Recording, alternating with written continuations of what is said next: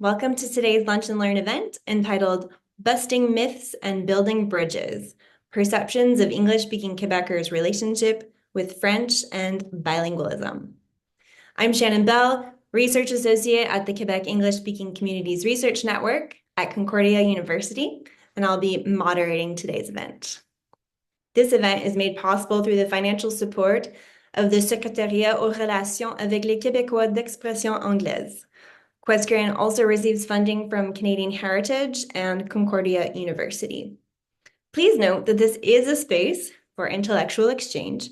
Any views or opinions expressed in this talk do not necessarily represent those of Questgrain or its funders. It is now my pleasure to introduce today's speaker, Robert Talbot.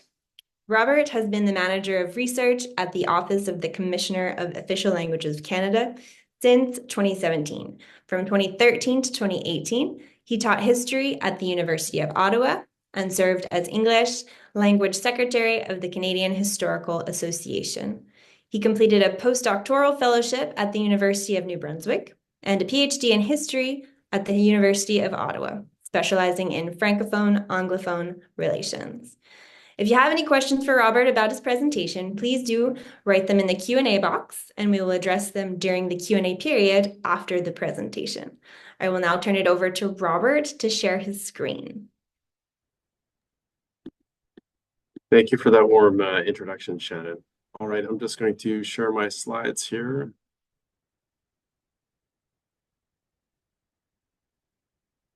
All right, so I think that should be up on your screens now. Let me know if it's not working.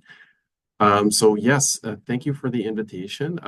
So as requested, I'll be giving the presentation in English today. My slides are bilingual, and I will be happy to answer any questions in either English or French. Alors, si vous avez des questions, soit en anglais, soit en français, ça me fait plaisir d'essayer de répondre dans la langue officielle de votre choix. Yes, the title of today's presentation is Busting Myths and Building Bridges, which is based on a study that we published back in June entitled Perceptions and Realities about the English-Speaking Communities of Quebec and their relationship with French in Quebec and bilingualism in Canada. So I was the lead for this project from the Office of the Commissioner of Official Languages, but of course, many hands makes light work, and so I'd like to acknowledge the important contributions, notably of Clarence Lemay, who's also attending today, and who works in my team and collaborated closely with me on this project. Also, Nicolas Sabourin from our office here in Gatineau. And then, of course, colleagues from our comms team, Elena Mallard, and from our office in Quebec, notably Charles Taker and Alexandre Renaud, whose advice and input on this project was absolutely critical. So I'd like to acknowledge all of their collaboration. So before I launch into it, just a little bit more, I might just mention a little bit more about myself. Sometimes when it comes to looking at language questions, I find it helpful, also interesting to learn, where perhaps the speaker is coming from. What is their linguistic background? What is the perspective or the baggage that they bring with them when it comes to questions around language? So for my part, I am an Anglophone, despite my ambiguous last name.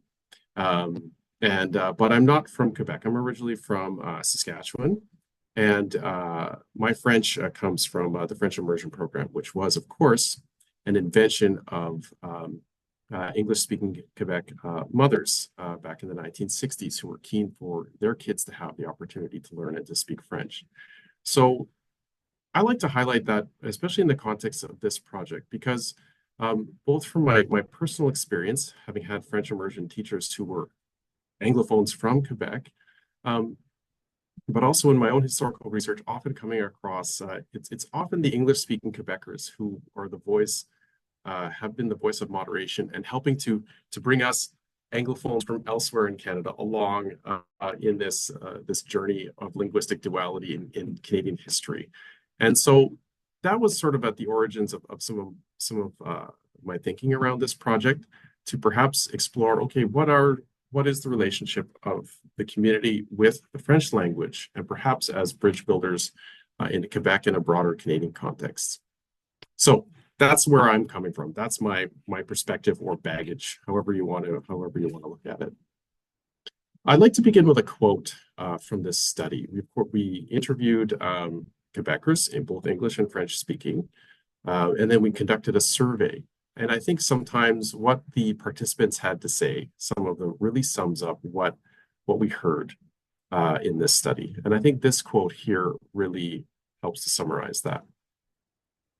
I guess we believe what we want to believe about each other. But I think the issue with having pre-existing prejudices and biases about Francophones or Anglophones or Allophones is that it just doesn't help anything. Relationships don't get better if we just continue to believe any of our prejudices. So this was from a Quebec Anglophone participant, and I think it really sums up nicely what we heard and what we observed in the study.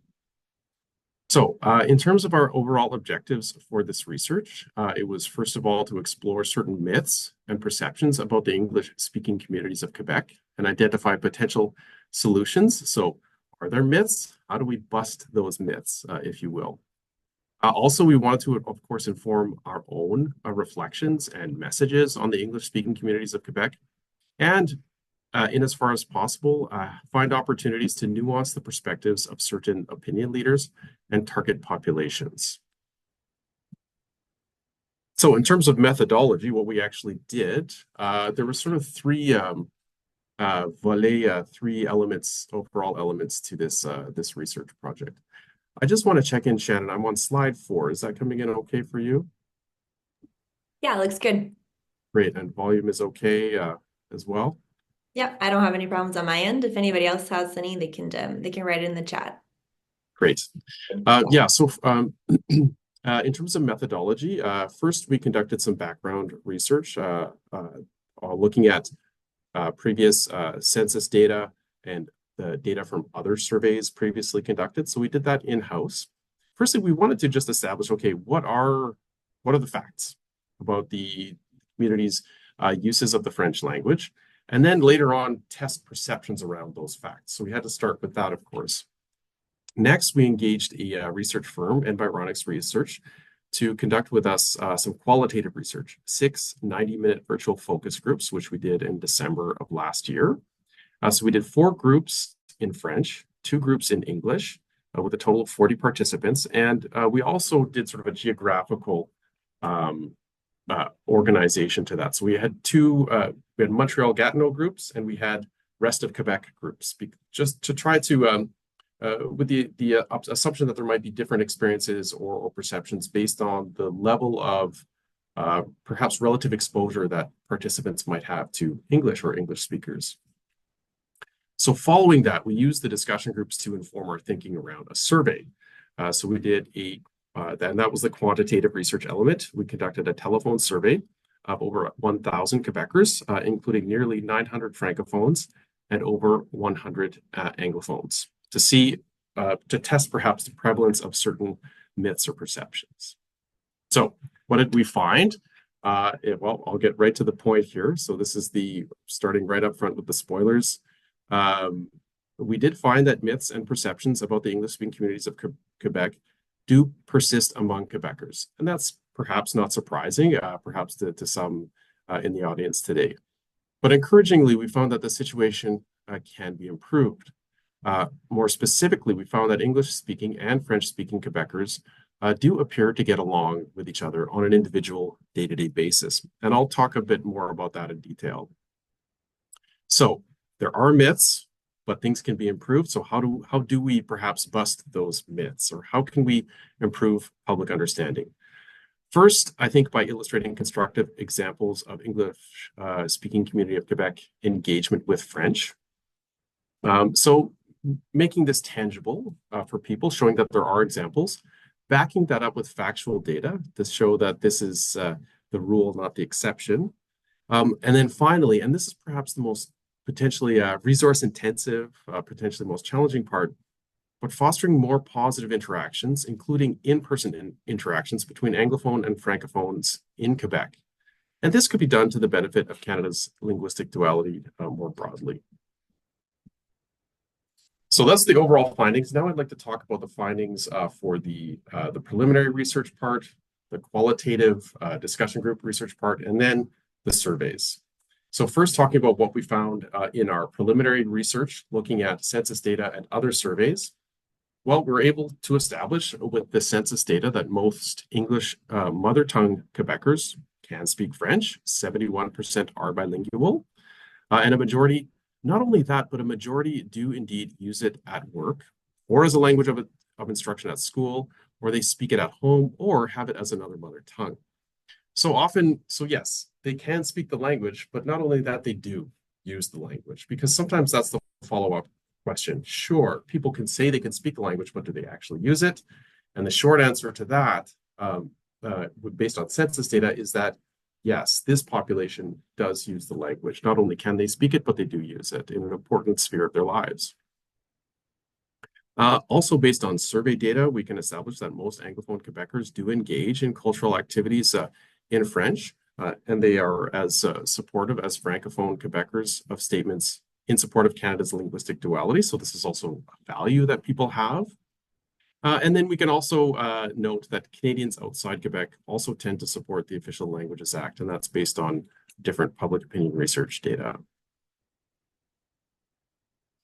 So now talking about the discussion groups. What did we find in the discussion groups? Well, we had 40 participants and we had 40 different opinions. So opinions varied. People had a lot to say, a lot to share. Each discussion group was 90 minutes long, and we used all 90 minutes for each discussion group. But this was a good thing. So what informed people's opinions? I think more than anything else, individual outlook.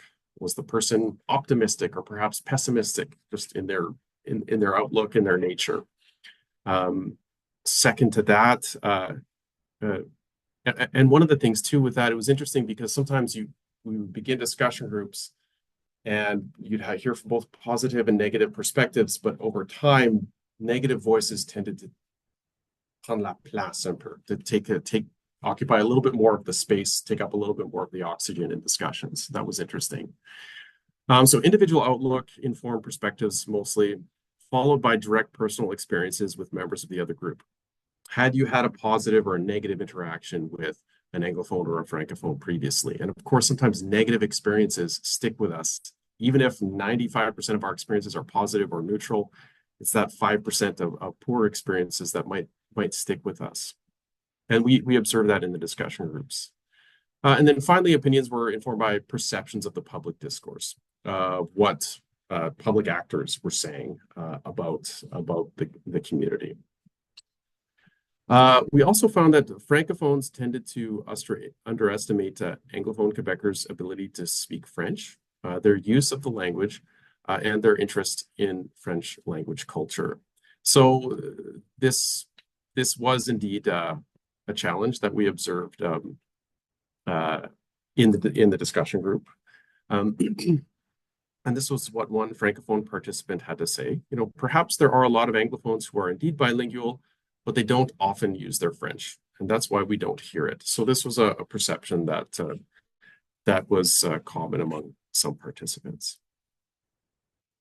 That being said, we found that many Anglophone and Francophone participants showed a real openness toward an interest in the other. There's almost a desire to be acknowledged, to be seen, perhaps even to be liked by the other. There's also perception of a generation gap. And this quote here, I think, speaks to that. There's a bit of a generation gap, said one participant. More and more people are bilingual. Younger people are much more fluid in terms of speaking French. So I'd like to think in general that people are getting to be more cordial and understanding of one another. And this reflected something that we heard. Younger participants tended to be a little bit more perhaps positive or optimistic in their outlook, and that was reflected in the survey data as well. Other findings from the discussion groups among Anglophone participants, there was a lot of frustration around recent measures restricting the use of English in Quebec. These were seen as unnecessary and were a major source of disillusionment. Many of our Anglophone participants were also frustrated at being criticized for using English or for being made to feel like they don't belong in Quebec, despite often trying to use French. We also heard from participants who said whose French was perhaps less strong and they tried to use it in a public space and then maybe didn't go well or they were criticized. So this was from one participant who said, I've been told by people at the store, thanks for the effort. Then you get other people who are like, well, it's not good enough. So there was a bit of a perception that sometimes you're damned if you do, damned if you don't in one's use of French in public spaces. So in terms of potential solutions, when we asked discussion group participants, okay, well, what could be done? One of the things we did too, we talked about positive experiences. We talked about data that perhaps went against some of the perceptions. And it's interesting because even some of our more skeptical participants mentioned positive personal interactions that had nuanced their view. Or they talked about perhaps connecting with people as members of another group. So, for example, we had one participant, a Francophone participant, who said, I don't really, it doesn't go well with Anglophones. But then they talked about working with Anglophones as members of the LGBTQ plus community and saying, yeah, we connect on that level. So not as Anglophones or Francophones, but members of this other group in civil society. So that was interesting. We also heard people connecting perhaps as sports aficionados, connecting, watching Quebec movies, on a variety of other things. So connecting is on something that didn't have to do with language necessarily. So that was interesting. We also, from the discussion groups, based on feedback, found that statistics on Anglophones' interest in the French language and seeing English-speaking Quebecers' voices in the public sphere could perhaps help to overcome misperceptions. One participant talked about seeing or hearing Anglophone artists performing in French and finding that like really cool, really liking to see that. Or saying, we need to see more Anglophones on Tout le monde en parle, for example. Another finding that was interesting, looking at the broader Canadian context, we asked participants their perspective on English-speaking Quebecers in Canada as a whole, and there was some agreement among some that English-speaking Quebecers can be bridge builders when it comes to informing Anglophones elsewhere in Canada about Quebec and about bilingualism. One thing that was interesting was we heard this notably among participants who Anglophones living in Quebec, but who were originally from elsewhere in Canada, and talked about, when I go home, I talk to my parents or my friends, like, Quebec's really cool. The whole French thing is neat. And so sort of as kind of like mini ambassadors, if you will, for Quebec to the rest of Canada, but also for bilingualism in general. And the value and the importance, the coolness of having two official languages in Canada. So those were the discussion groups. So then we kind of took that and that informed our survey questionnaire when we conducted our survey. So now I'd like to talk about those findings from our survey. So first, we began by asking, okay, you interact with members of the other group, because of course that will inform people's perception. And about half of Francophone survey respondents said they interacted at least weekly with members of the other language group. And among Anglophones, 3 out of 4. That's not a surprise. Being the minority, statistically, you're more likely to run into and interact with members of the majority. So there is a fair bit of interaction going on both sides. How are those interactions going? Well, the short answer to that is that they tend to be positive, which perhaps runs counter to a lot of what we hear in the public discourse. I have to admit, this finding in the survey was one of the ones I was the most excited about. So we asked people, if who are having those interactions, are they positive or negative? And over 80%, both Anglophones and Francophones, said on an individual basis, those interactions are positive. If the result had been like 50% plus 1, I would have been really happy. But to see 80, 90%, I think that's really important. And it's a reminder that what's going on in people's day-to-day lives is not necessarily reflected in the public discourse. And we have to remind ourselves of that on a human level, people tend to get along. So now, okay, that's relations, or at least day-to-day relations. Now, what about perception? So we began with this a basic question. What proportion of Quebecers who have English as a mother tongue do you think can speak French well enough to conduct a conversation? So if you remember before, 71% of this population is bilingual. So the right answer, an accurate answer would be most of them, or almost all of them. And this is the percentage among Francophone participants and among Anglophone participants who said yes, almost all or most of them. So 29% of French-speaking respondents had an accurate answer, and 58% of English-speaking respondents did. So that makes sense. And as we'll see, we have other examples that Anglophones tended to have a more perhaps accurate perception about the community, but that makes sense because it's their community, they live in it, they know it. But in this one, we can say that there is an underestimation of the French language ability of English mother tongue Quebecers in this case. So now we tested some other more specific myths, kind of a true or false. And so I'll go through these. I'll read them all.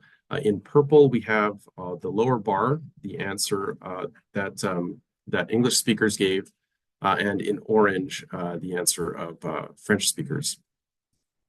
And the answer to these true or false questions here is true. And then we had a couple others that are where the accurate answer is false. You have to mix it up for methodological reasons. So first, these are the ones that are true, and then the percentage of respondents from each language group that had an accurate answer.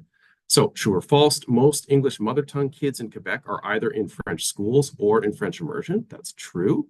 And as we can see, 8 out of 10 Anglophone respondents from Quebec had an accurate answer, 2 out of 5 among Francophones. And that tendency more or less is maintained throughout. The next one, in Quebec, true or false, most people with English as a mother tongue use French in their daily lives. That is true. And then finally, looking at the broader Canadian context, the vast majority of Canadians outside Quebec also support the Official Languages Act. That is true according to available survey data. And Anglophones from Quebec were more likely to be aware of that. So what's interesting here is there is a difference that these other types of myths persist, and more so among the majority of Francophone population in Quebec. And that's perhaps not surprising, but it's important to establish. What's also interesting is that there's still a good chunk of the population that has a more accurate perception. So there are myths that do persist, but perhaps not to the extent that it's hopeless. There is an opportunity, I think, to improve things here, is what I'm trying to say. So another battery of potential myths. These ones are false. And again, you can see the lower bar in purple. Anglophone Quebecers tended to be more likely to get these questions accurate, and the orange bar above, Francophones less so. So all of these, again, are false. So in Quebec, English mother tongue workers don't regularly use French at work. That is false. True or false, in Quebec, children from mixed marriages end up with English as their mother tongue instead of French. That is also not the case, according to census data. Anglophones in Quebec don't interact much with Francophones. Well, as we saw, 3/4 of them interact at least on a weekly basis. So that's also false. It is rare for Anglophones in Quebec to take an interest in French language culture. And as we established from the survey data, that there are a majority who do engage in French language cultural activities. And then finally, Canada's official bilingualism is more valued by Francophones than by Anglophones in Quebec. And that the support tends to be at a similar level among those two groups. And so that statement is also false. So again, Anglophone Quebecers more likely to get the answer accurate, Francophones less so, but the difference is not always so immense that there's no hope for improving this situation. But the situation does need to be improved. So we asked people as well their perceptions about the relationships, the relations between the two groups overall. Is it going well or not? So if you recall, we asked on an individual basis, do you get along? 8 or 9 out of 10 people, Anglophones and Francophones, said, yeah, we do. But okay, but what's your perception about whether the two groups have misconceptions about each other? Do you agree if this is a problem? And about 2 out of 3 Anglophones, 2 out of 3 Francophones agreed, yes, this is a problem. So individually, we get along, there are misperceptions, and this is a problem. All right, what do we do about it? So based on our discussion groups in the survey, we kind of threw out a couple general potential solutions to improve relations and understanding between the two groups in Quebec. And we tested the levels of support among Francophones and among Anglophones for these different potential solutions. So this is the percentage of each group, French-speaking and English-speaking, for each of these potential solution areas that we identified to help bust myths and build stronger relations. So the first one here, would more positive interactions help via social activities, for example, youth exchanges, clubs, music, sports, again, connecting in third spaces and third places as members of civil society. And this one had the strongest amount of support, both among Anglophones and Francophones. As you can see in 80% agreed, including a majority who agreed that this would help not just a little bit, but a lot. And this measure among all the different populations demographics that we looked at, every group thought that this measure would help a lot. People just need to interact with each other in an apolitical context, and that could be helpful getting to know the other. So my joke is that we're going to send everyone, not only in Quebec, but all of Canada on an exchange program with a member of the other language group. I think that would go swimmingly, but it might require some resources, shall we say. But I would sign up. So another potential solution. Would it help to see Anglophones showing a greater interest in French language culture or being more present in French language media? Most people agreed this would help. Francophones in particular thought that this one would help, which is perhaps unsurprising given the question. Okay, what about publicizing more personal stories of Anglophone Quebecers who embrace and speak French? Both groups thought this would help. And then finally, publicizing more statistics showing that many Anglophones actually can and do speak French. That it's not just the exception, but rather the rule. Both groups thought this would help. Interestingly, Anglophone Quebecers especially thought this would help. And again, that makes sense because they know that the stats will show that they do indeed can speak French and that they do use it in an important sphere of their lives. So those are potential solutions. Now, backing up a little bit, looking again at the broader Canadian context, we explored a little bit more this idea of English-speaking Quebecers as historical, but also contemporary bridge builders in Canada as a whole. And here's the proportion of each group that agreed that Quebec Anglophones can be a bridge between Francophones from Quebec and Anglophones from elsewhere in Canada. Some weren't sure, but most people, about 3 out of 4, thought that more or less this could indeed be the case. And it was a bit stronger among Anglophones. And as I mentioned in our discussion groups, from Anglophones living in Quebec, but from elsewhere in Canada, they in particular seem to be in agreement with this possibility.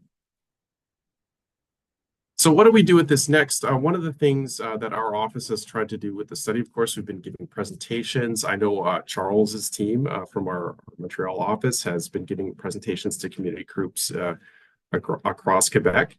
Also on our website, we put together an infographic that just tries to, bring together some of these facts that we went out and established in a more easily, perhaps, presentable and digestible way. So just starting with that.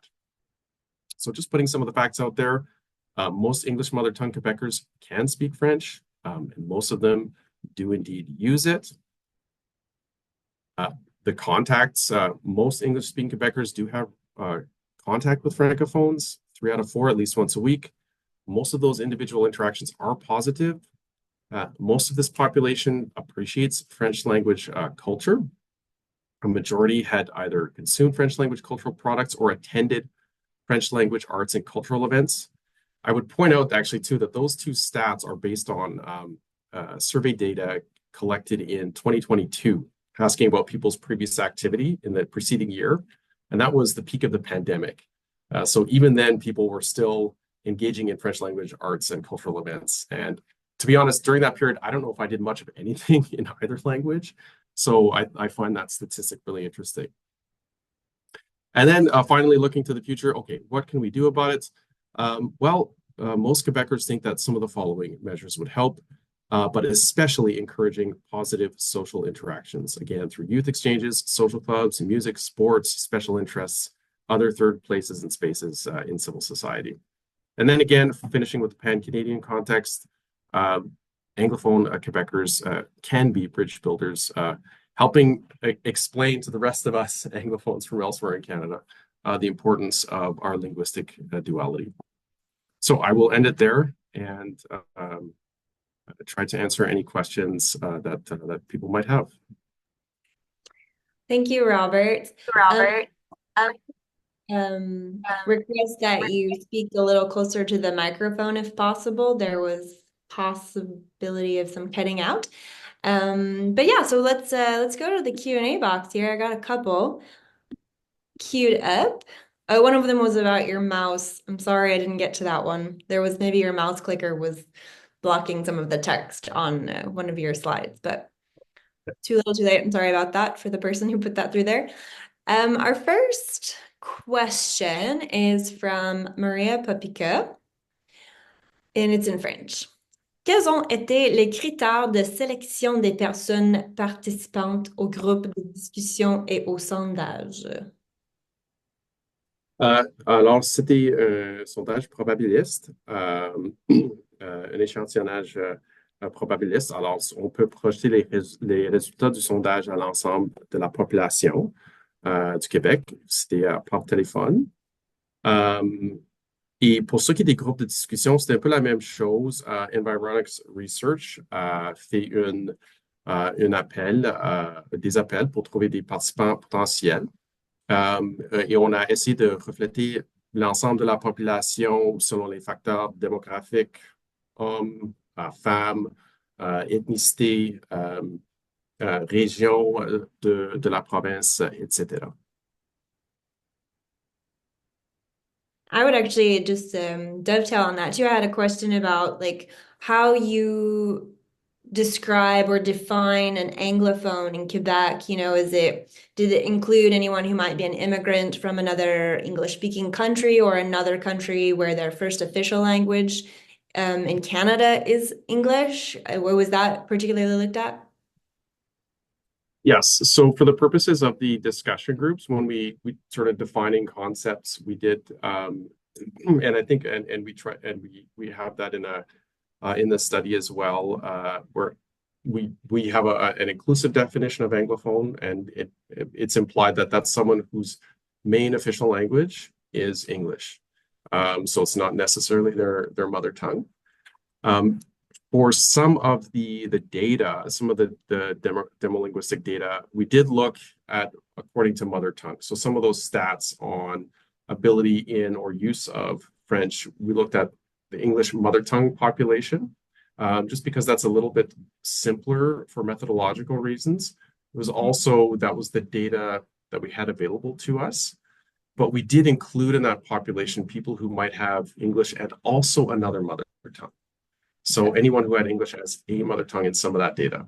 But in general terms, when we talk about Anglophones or Francophones, we're talking about people who have either English or French as their main official language. Official language. Okay. Yeah, we've had discussion about that just within our own research group about, being inclusive and is there an official difference between an English-speaking Quebecer and an Anglophone? So yeah, that's an interesting distinction.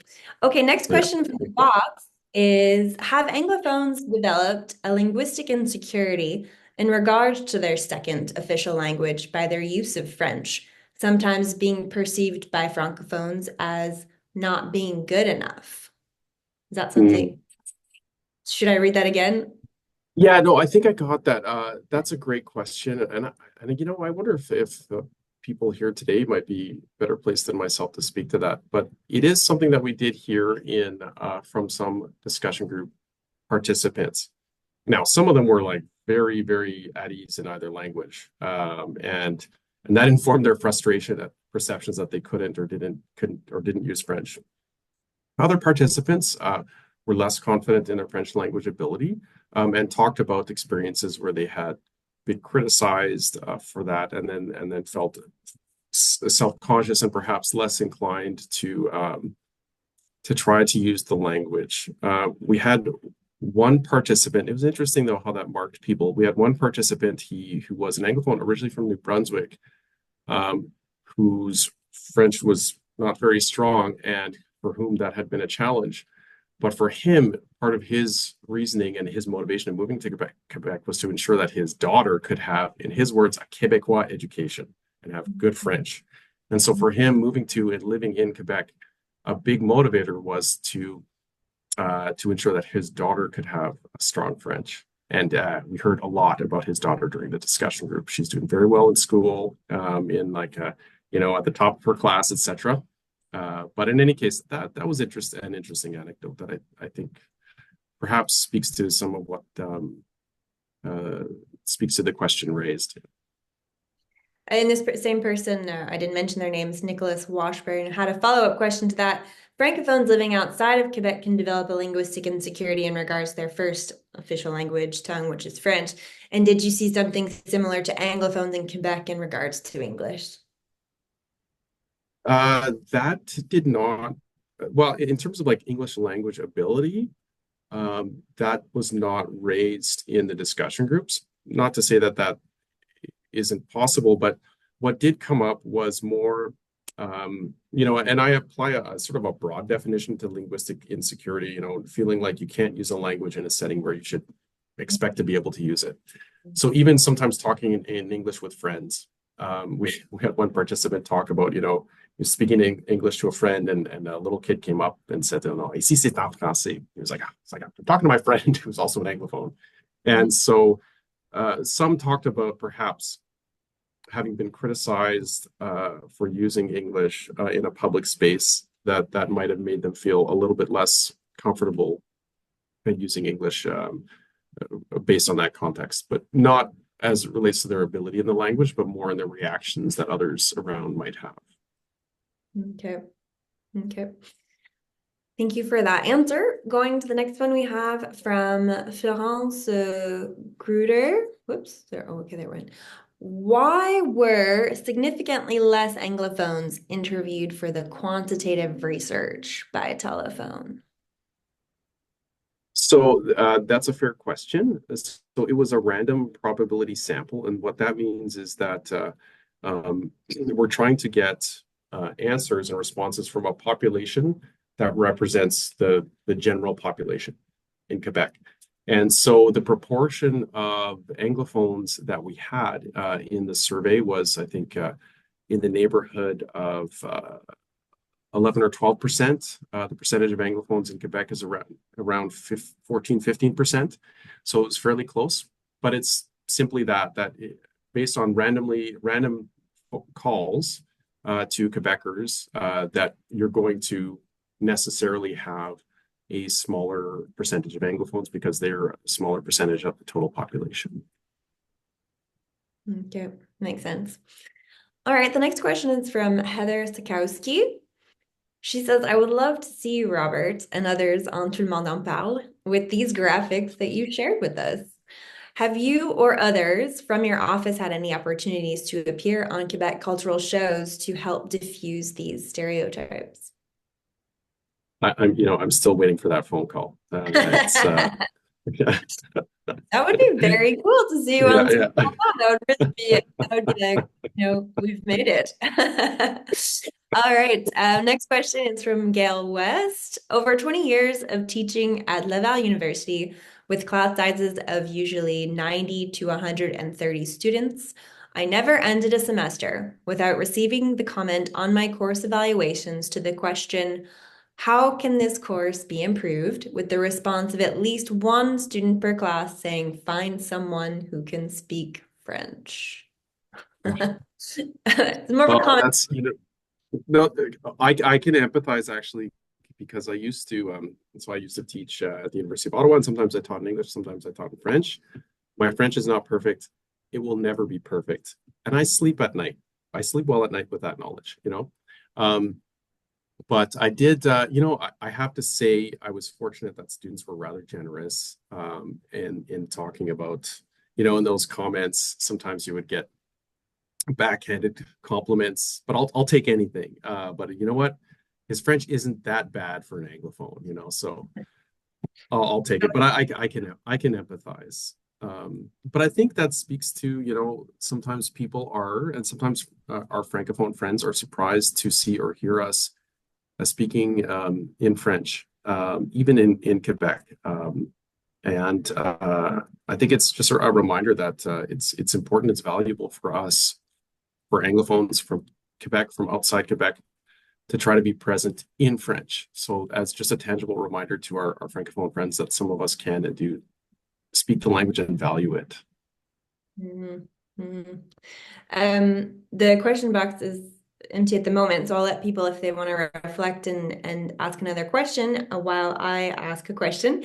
We've been talking a lot about knowledge mobilization within our group, and this idea of the research process involving the discussion and implementation already of sort of the endpoints of the research. Like, what are we going to do with this research when it's done, and what effect, and how are we going to measure that impact? And it's like, we're learning about it. I'm learning about it now too. And so there's two ways to do it. You can be doing it while you're researching it, whether that's consulting with the people that you're researching, or having this kind of end game plan about, like, a solid idea of what you want the research to accomplish when you publish it.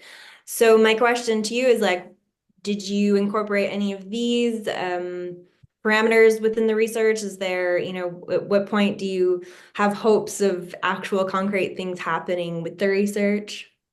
Hmm. Well, I think one of the things that I like to remind people is that you don't, you can anticipate outcomes, but you don't know what those outcomes will be. If it truly is research, you might have outcomes that surprise you. So it's hard to know exactly what you're going to do with it at the end, because that will be informed by the outcomes that you get. We did for this project, we did have some informal discussions with some community stakeholder contacts about the projects, about the kind of some of the myths and realities that we were going to test. And I think maybe perhaps a couple of those individuals we spoke with might be present today. And that was extremely helpful in sort of orienting the research, nuancing some of these potential myths that we wanted to test. In terms of so we did, and so from the outset we did set ourselves with objectives of we want to see if to inform our messaging, to inform perhaps the public discourse, and that would have been regardless of their broad objectives, though objectives that will work regardless of what the findings are. Like if we found that now we did anticipate that there would be misperceptions, and we did find that. And so our objective here is to communicate that, make the information available to community stakers, also hopefully to the broader public in Quebec, including to Francophones. But our hope was to be able to do that regardless of the findings, whether the myths persist or if we had found that they don't persist. That would have also been interesting to say, like, hey, I think actually there's a better understanding of the community than we might have thought, and that's encouraging. So how come the public discourse tends to not represent that? In the end, though, we did find there are myths, and so that's our main objective, is to gather that information, establish some facts, and share that with the community. And this presentation today is part of that. That. Would you envision, I mean, this is imaginary, in a certain amount of time, 5, 10 years, doing, a reevaluation of it, a rehashing of it to see if anything has changed? it's not planned per se, but it is an exercise that could be repeated because it's a probability sample telephone survey. And the way we created the discussion groups, it's an exercise that could be repeated actually, based on you just going and getting the next set of census data and conducting methodologically the same exercise. So you could repeat the process. Okay. Okay. Lorraine from our organization from Questgrid, and she has a question. Hi, Robert. Great research and presentation. Would you let us know if the Office of the Commissioner of Official Languages has formal or informal links with the French Language Commissioner in Quebec? And if not, would that be helpful? Yes, I think it is helpful, and we do have interactions with their office. I know that I understand that Charles's team has fairly regular meetings with them, and they're also both of our offices are members of a small organization called the International Association of Language Commissioners that meets on a regular basis. Also has people at like the policy, research, and communications levels, working levels, meeting with each other. So that includes our office, the Quebec Commissioner's Office, also the commissioners for Ontario, New Brunswick, Nunavut, Northwest Territories, and then commissioners from Wales, Ireland, Kosovo, Catalonia, the Basque Country, among others. So that's a forum in which our offices also interact. Okay. So if I'm understanding it, your offices, you have other kind of offices of the Commissioner of Official Languages a little bit all over Canada. Are there a couple of like sort of smaller offices? Yeah, so we have, so our main office is in the National Capital Region in Gatineau. And we have regional offices and representatives in Montreal, Moncton, Winnipeg, and Edmonton. And we also have reps in Vancouver and Regina. I hope I'm not missing anyone. So that's our office. And then at the provincial level, like the province of New Brunswick has its own Commissioner of Official Languages. And the province of Ontario has a French Language Services Commissioner. And the Nunavut and Northwest Territories both have their own commissioners of official languages at the territorial level, and as well as the Quebec Commissioner. And I should add, there's also an Office of the Commissioner of Indigenous Languages for Canada, who's also a member of that group. Yeah. So if someone wanted to do the same project, but to like look at any perceptions from Francophones outside of Quebec in Ontario, that would be at those more regional offices to do that research. That would be like a separate project. That would be a separate project, yes, but that could be something that our office could in principle complete.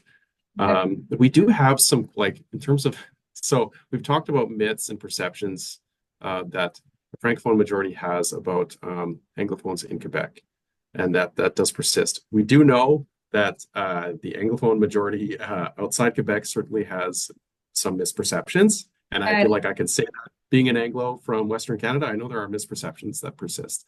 And then in some of our in a previous public opinion research survey that we did in 2021, we had some myths on that. And the most problematic one is the myth that French is not as present as it truly is outside Quebec.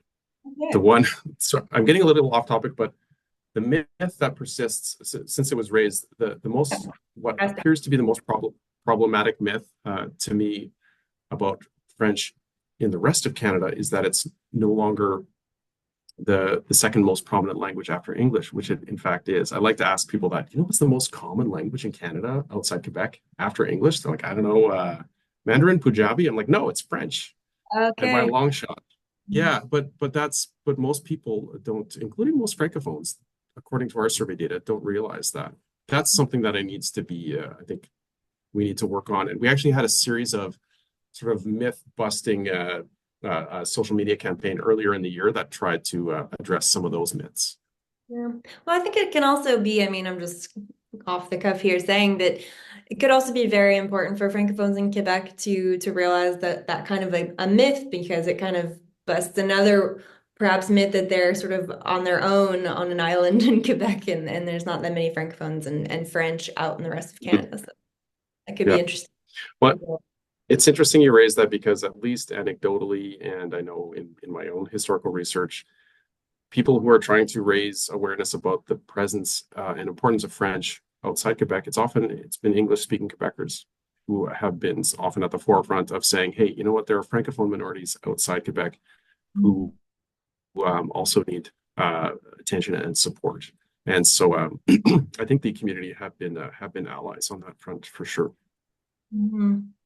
Okay. Well, we do have one last question, and I believe after that we'll probably wrap it up. Another one from Gail West. Among myths, did the idea that Anglos find jobs easily and have the best paid jobs come up?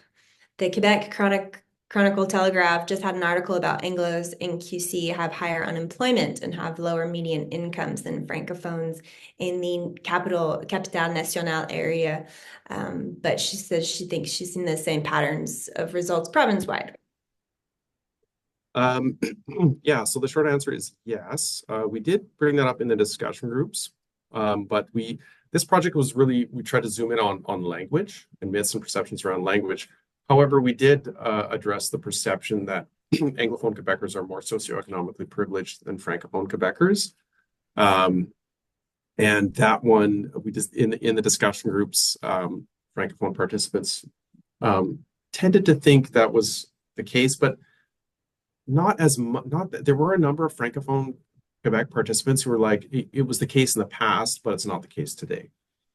So the myth was there, but it was not as prevalent as misperceptions about Anglophone Quebecers' ability in and use of French. That also is a myth, and we didn't test it in the survey because we'd actually tested it in a previous survey in 2021, which found that whereas I think only like 12% of Anglophones thought it was true, about half of Francophones thought it was true. So that's that's problematic, that's present, but perhaps with time has that perception has not is not perhaps as strong as it used to be, but it's still there.